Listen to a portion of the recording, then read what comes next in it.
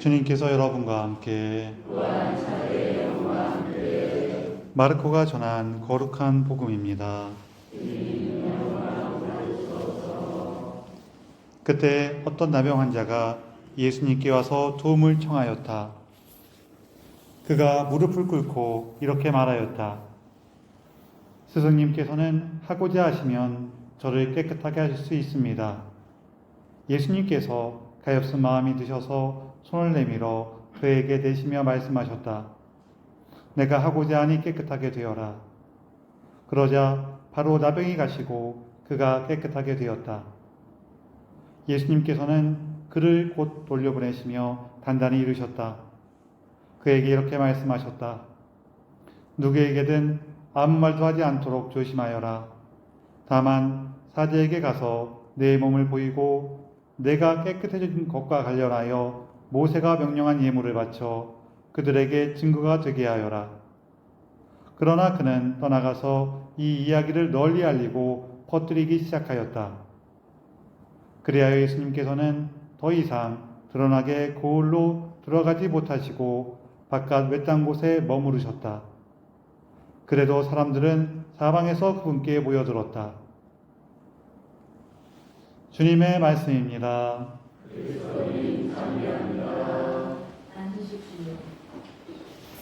삼위 예수님, 서로 인사 좀 나누세요.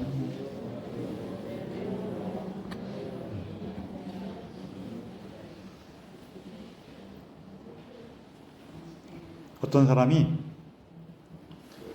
이제 편의점 가서 물건을 사는데 비누 한 개, 치약 한 개, 칫솔 한 개, 우유 한 개, 뭐 이런 식으로 물건을 사는 거예요. 그걸 막 계산하는데 그 점원이 막 계산하면서 그 남자한테 결혼 안 하셨나 봐요 그러더래요. 그래갖고 이 사람이 내가 산 물건 보고 그렇게 생각하는 것보다 싶어갖고 네 맞는데요. 물건 보고 하셨나 보죠? 그렇게 했더니 그 점원이 하는 말이 아니요 못생기셔갖고요.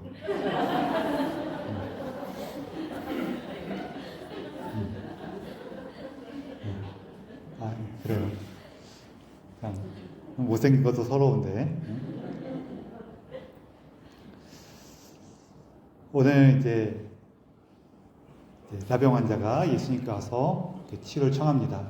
그리고 그 나병 환자의 그 아픔을 아시고 예수님께서는 가엾은 마음이 드셔갖고 손을 내밀어서 그에게 대시면서 말씀하세요.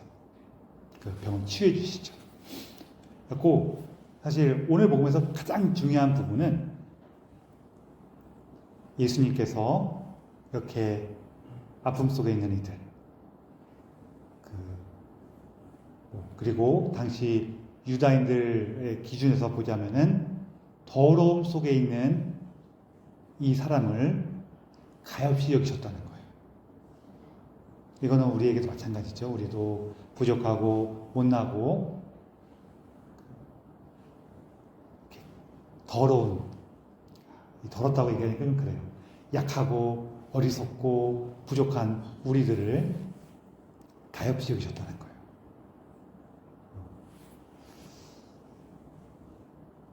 그리고 그렇게 가엾이 여기신 그 마음과 더불어서 그를 구원하실 수 있는 능력을 갖고 계셨다. 그를 변화시키고 새롭게 살도록 하시고 구원으로 이끌어 주셨다. 그 능력을 지니신 분이시다. 이게 중요한 내용이에요.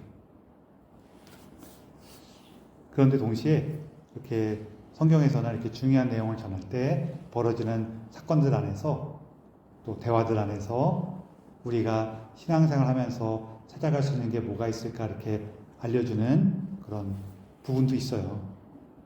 하나는 이 나병 환자가 예수님께 그 구원을 청할 때 얼마나 간절했을까 하는 그 마음.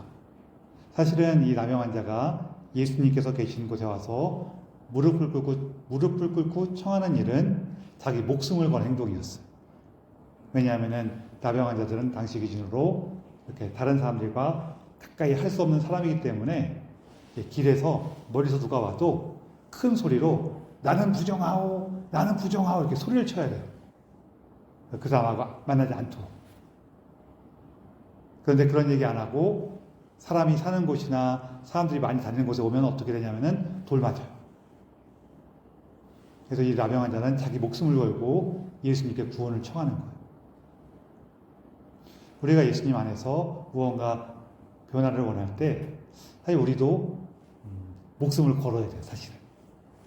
그 목숨을 건다는 게 죽느냐 사느냐 이런 지금 우리가 숨쉬는 이 목숨이라기보다는 사실은 어떤 게 좀 더 많냐면은 물론 예전에 우리 순교 성인들 같은 경우에는 정말 목숨을 걸었죠. 예수를 믿기 위해서 자기 진짜 목숨을 걸었는데 우리한테는 이런 식으로 다가오진 않지만 어떤 식으로 다가오냐면은 지금까지 내가 편하고 익숙하고 안락했던 그 생활을 버려야 돼요.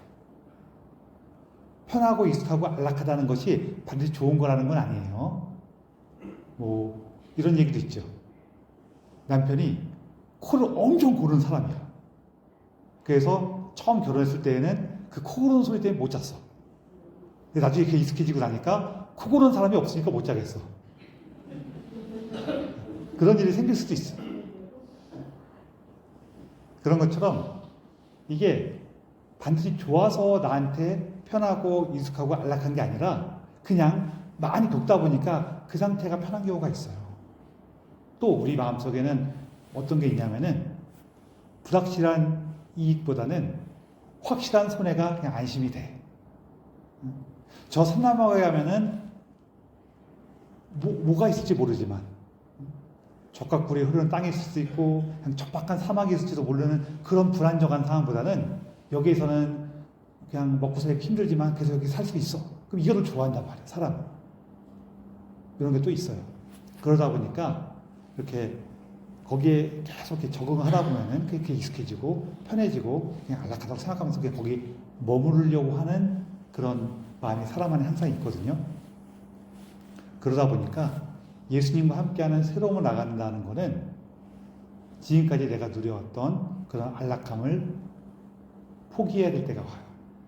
그거를 각오할 수 있느냐? 이거랑 연결되는 부분이 있어요. 그리고 두 번째는 이제 예수님께서 그를 치유해 주시고 나서 가서 막 떠들라 그래요? 아니면은 아무에게도 말하지 말고 사제에게 가서 몸을 보이고 모세가 명령한 예물을 바쳐서 자기가 깨끗해진 것을 증명해라 이렇게 얘기하시죠. 왜 사제에게 가서 하냐면은 예수님 당시에는 옛날 이스라엘에서는 이 사람이 병이 나았다 안 나았다 특히 이처럼 나병처럼 그 사람의 깨끗한 거라는 거는 우리 옛날에 흔히 하는 말로 부정 탔어 이거 이해하시죠? 그 말이 좀 더 가까워요. 지금 우리한테는 깨끗하다 그러면은 위생적으로 문제가 없는 상태를 얘기하지만 여기서는 좀 더 부정 타는 거에 좀 더 가까워요. 그런 것들이 얘가 부정해 괜찮아졌어. 요거를 판단해 주는 사람이 누구라고요? 사제예요. 사제가 그를 받아들이고 그가 그 제단에 모세가 지정한 예물을 바치면은 이제 사람들이 그걸 보면서 자연스럽게 저 사람이 이제 병이 다 낫구나 라는 것을 인정하고 받아들이게 되는 거예요. 그러니까 이게 뭐냐면은 말로 떠들지 말고 뭐 하라는 거예요? 실천으로 삶으로 드러내라. 그 뜻이에요. 그렇게 하면은 그냥 알아. 그래. 요거와 관계돼 갖고 사실 일독서에서도 비슷한 얘기가 나오는데 이제 이스라엘이 필리스티아 사람들하고 그 전쟁이 났어요. 그래서 처음에 밀리니까 이거 조금 문제가 있다 하면서 뭐를 진영에 가져와요? 계약의 꾀를 가져와요. 계약의 꾀를 가져왔다는 얘기 무슨 뜻이에요?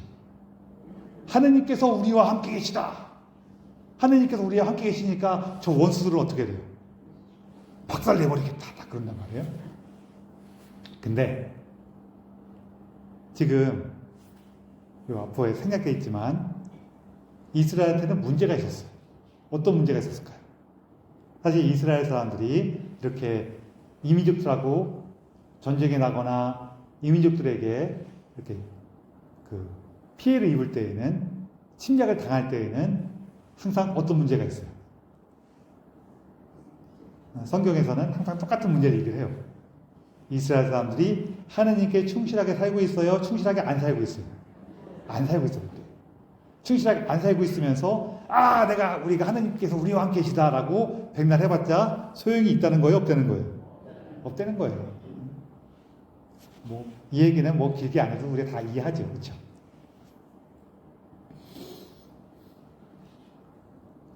다만 여러분, 저는 이 충실함에 대해서는 항상 제가 조금 다른 생각이 있어요. 그게 뭐냐면은, 우리는 되게 훌륭하게 살면은 저 사람 충실한 것 같아. 그리고 어떤 사람은 또 못 살면은 저 사람 좀 충실하지 않은 것 같아라고 생각할 수가 있는데, 자, 어떤 사람이 개망난이었다가 그냥 망난이가 됐어. 충실하게 산 거예요, 안 산 거예요? 충실하게 산 거예요, 이거. 개망난이었다가 망난이가 된 건, 그냥 망난이가 된 거는 하느님 앞에 충실하게 산 거야. 거꾸로 아주 훌륭한 사람이다가 보통 훌륭한 사람이 됐어. 이거는 하느님 앞에 충실한 거예요, 안 충실한 거예요? 안 충실한 거예요. 여기서 우리 조금 억울한 마음이 들 수가 있는데, 그럼 나도 처음부터 개망난으로 시작을 할 걸. 라는 마음이 들 수도 있죠, 그렇죠? 그렇지만 사실은 그런 생각을 한다는 것 자체가 괜찮아요.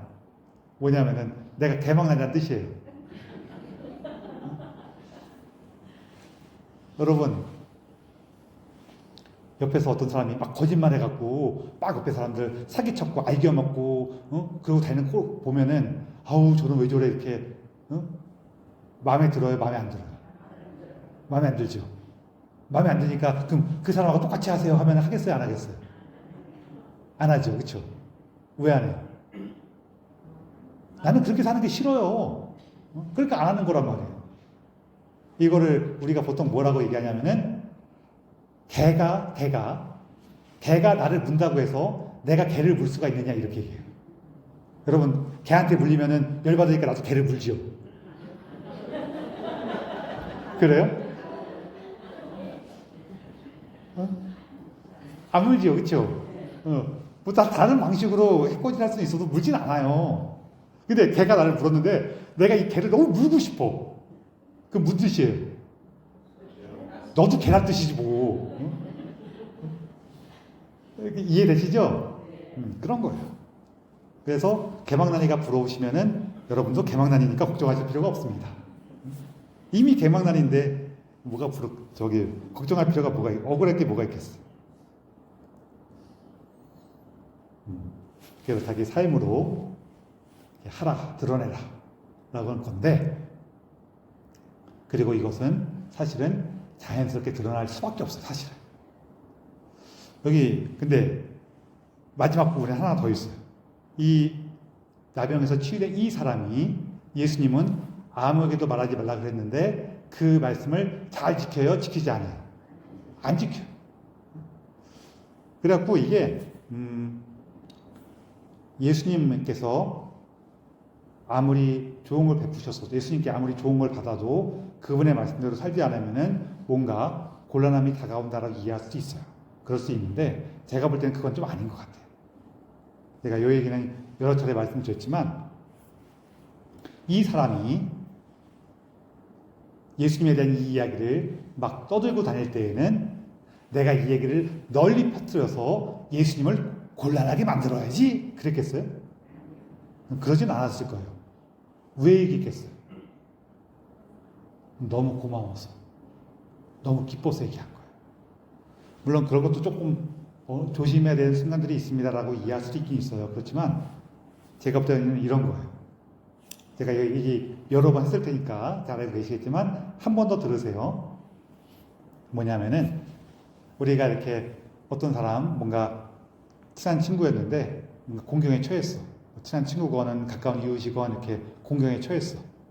그래서 내가 좀 도와줘야겠다 하면서 이렇게 도와줬어요. 그 친구가 아우 너무 고마워요 막 그러면은 우리가 그래 이렇게 고마우니까 그 고마운 것을 늘 떠들고 다녀라 이래요? 아이, 됐어 조용히 너만 알고 있어 이렇게 하죠. 그렇죠? 그럼 여러분 너는 내가 이렇게 너에게 자비를 베풀었으니 떠들고 다니거라 한 사람이 훌륭해 보여요? 아니면은 아이, 됐어 그냥 너만 알고 조용히 해 이게 이 사람이 훌륭해 보여요? 그렇죠? 조용히 한 사람이 훌륭해 보인단 말이에요. 예수님 이렇게 훌륭하시다는 얘기예요. 근데 또 한편으로 우리는 어떠냐면은 좀 조용히 해. 그랬더니 이 사람이 정말로 조용히 하면서 아무것도 얘기를 안 해갖고 아무도 내가 이렇게 좋은 일 한 걸 몰라. 그 우리 솔직히 조금 서운해요, 안 서운해요? 아니, 서운할 수도 있어요, 없어요? 서운할 수도 있어. 근데 이 사람이 내 말을 안 듣고 막 얘기하고 다니면은 그래서 다른 사람들이 그 소식을 듣고 나한테 와갖고 아유 너 그렇게 좋은 일 했다며 야 참 잘했어 장하다 그러면은 우리 뭐라 그래요? 그럼 내가 이렇게 장하지? 이래요? 아니면은 아이고 그걸 말하지 말라 그랬는데 또 굳이 얘기하고 이래요? 그렇죠? 그런 거랑 비슷한 느낌인 거예요. 예수님께서 얘기하지 말라고 했는데 이 사람이 막 떠들고 다녀요. 그거 말하지 말라 그랬는데 예수님이 더 훌륭해 보이죠. 뿐만 아니라 예수님이 이것 때문에 사람들이 너무너무 모여왔대. 아우 이게 얼마나 훌륭하신 분이에요. 그래서 얼마나 몰려왔는지 마을에 들어가요? 못 들어가요? 사람 많은 곳에 못 들어가. 저 외딴 곳에 있을 수밖에 없어. 그 외딴 곳에 계셨더니 조용하게 홀로 사셨다 그래요? 아니면은 그 외딴 곳에 갔는데도 굳이 거길 찾아가는 사람들이 많아. 그렇게 성경에 나오잖아요. 어떤 사람이 저 산골에 아우 사람 만나기 싫다 해갖고 산골에 들어갔는데도 그냥 사람들이 구름들처럼 모여가서 그 말씀을 듣고자 했다. 훌륭해 안 훌륭해? 어떤 사람이 많이 모이는 시장통에서만 얘기하더라. 이 사람이 훌륭해요? 아니면은 저 산골에 갔는데도 사람들이 구름대처럼 몰려가더라. 첫 번째 사람이 훌륭해요? 두 번째 사람이 훌륭해요? 두 번째 사람이 훌륭한 거예요. 그렇죠? 그 얘기예요.